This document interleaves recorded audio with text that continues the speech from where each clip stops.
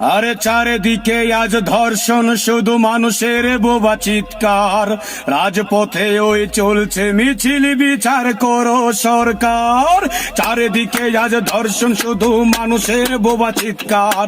রাজপথে ওই চলছে মিছিল, বিচার করো সরকার। স্বাধীন দেশের সভ্য সুনাম করছে বিনাশ যারা, কোন আইনে চাইলে বিচার শাস্তি পাবে তারা। ধর্ষী স্বাধীন দেশে স্বাধীনভাবে বারবার আশ্বাস দিয়ে মন রেখে দিচ্ছে, বারবার। আমরা একটা কথা সব নিউজে রেখেছে, নাম প্রকাশ না করার শর্তে পুলিশ হেডকোয়ার্টারে নিয়োজিত একজন অফিসার তিনি একটি মেসেজ আমাকে করেছেন। আমি তার অনুমতিক্রমে সেই মেসেজটি আপনাদের মাঝে পাবলিশ করছি।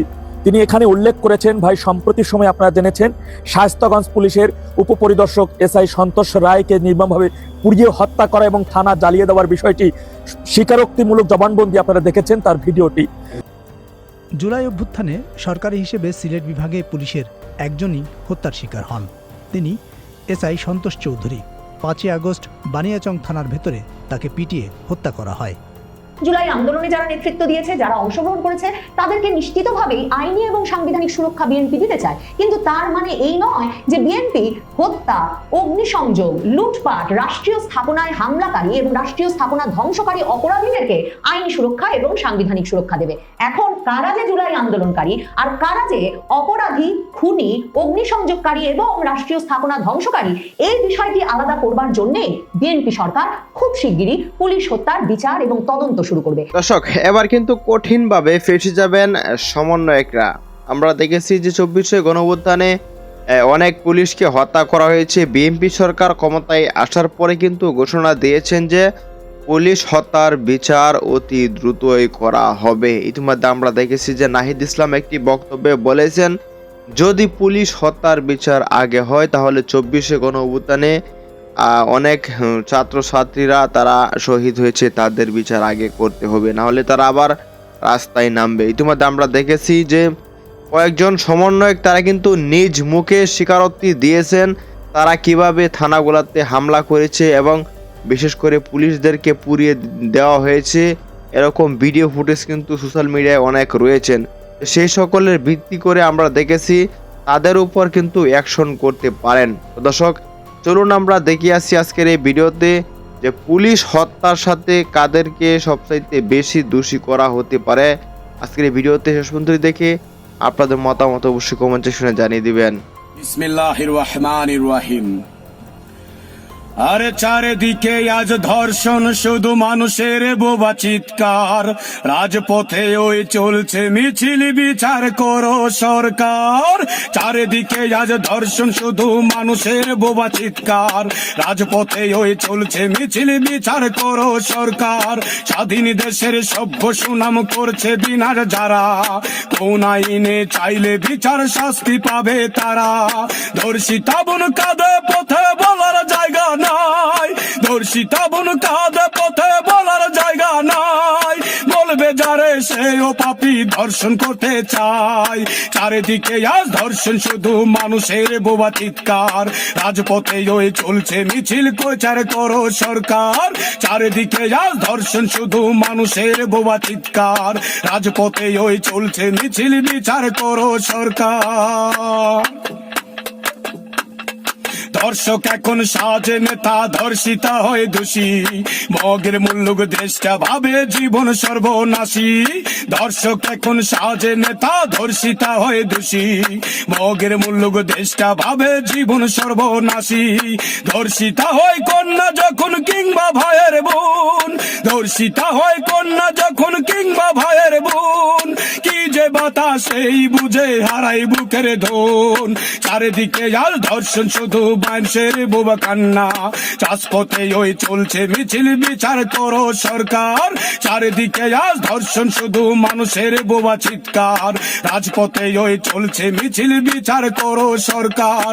স্বাধীন দেশের সভ্য সুনাম করছে বিনাশ যারা, কোন আইনে চাইলে বিচার শাস্তি পাবে তারা। ধর্ষিতা বোন কাঁদে পথে বলার জায়গা নাই, ধর্ষিতা বোন কাঁদে পথে বলার জায়গা নাই। বলবে যারে সেও পাপী, ধর্ষণ করতে চায়। চুপটি মেরে দেখছে এখন কর্তা দেশের নেতা, বলছে বিচার পাবে ধর্ষক শাস্তি হবে যথা। চুপটি মেরে দেখছে এখন কর্তা দেশের নেতা, বলছে বিচার পাবে ধর্ষক শাস্তি হবে যথা।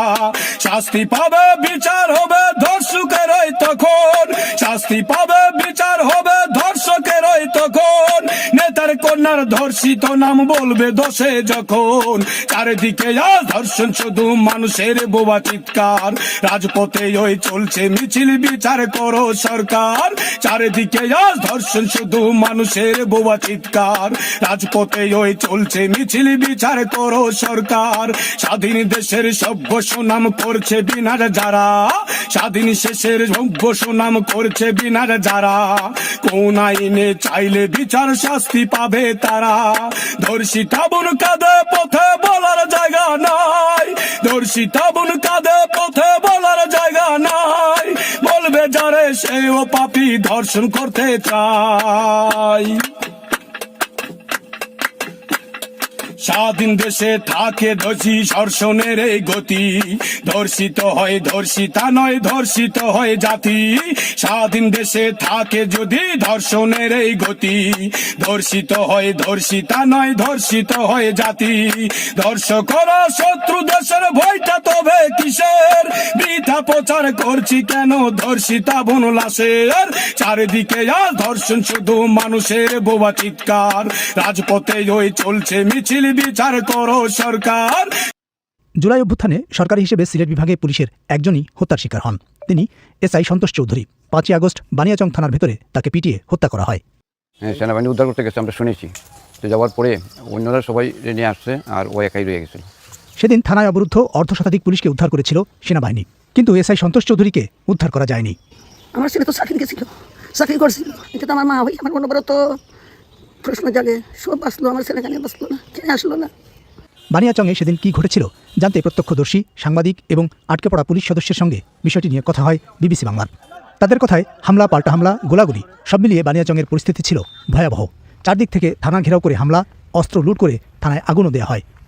5-10 লোক মানে থানা ঘেরাও করে মারতেছিল এবং থানা পুরাই ছিল। থানা যে দোতলা বিল্ডিংটা ওইটা প্রত্যেকটা রুম আগুন ধরে দিয়েছিল। নিচতলায় আগুন, উপরতলায় আমরা এই একটা রুমে বন্দি 60-65 জন লোক।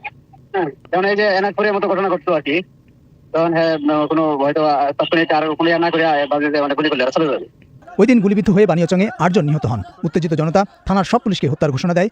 অবরুদ্ধ পুলিশ সদস্যদের উদ্ধার করতে গভীর রাত পর্যন্ত দিন দরবার চলে। হবিগঞ্জ থেকে এসপি, ডিসি এমনকি রাজনৈতিক নেতারা এসেও চেষ্টা করে ব্যর্থ হন। শেষ পর্যন্ত একজন পুলিশ সদস্য হলেও জনতার কাছে দিতে চাপ সৃষ্টি করা হয়। প্রথমত তারা সব পুলিশকে চাইতেছিল মারার জন্য, কিন্তু সেনাবাহিনী তাদেরকে দেয় নাই। তাই তারা বলছে, বিরক্ত হয়ে বলতেছে যে এখন সন্তোষকে না দিয়ে গেলে তো আমরা এখানে রাস্তা ছাড়বো না, আপনারা তাদেরকে একজনকে নিয়ে যেতে পারবেন না। এক পর্যায়ে সন্তোষের নাম ধরে স্লোগান ওঠে। তাকেই টার্গেট করার পেছনে একটি কারণ ছিল সেদিন সন্তোষের গুলিতে বানিয়াচংয়ে একাধিক মৃত্যুর অভিযোগ উঠেছিল। একই সঙ্গে অতীতে তার কিছু কর্মকাণ্ডেরও একটা ভূমিকা ছিল বলে জানান এলাকাবাসী।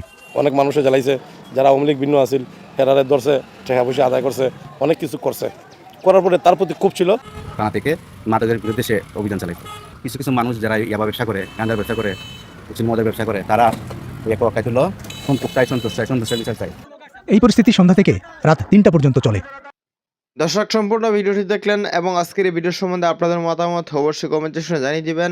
দেখা হচ্ছে পরবর্তী ভিডিওতে। আসসালামু আলাইকুম।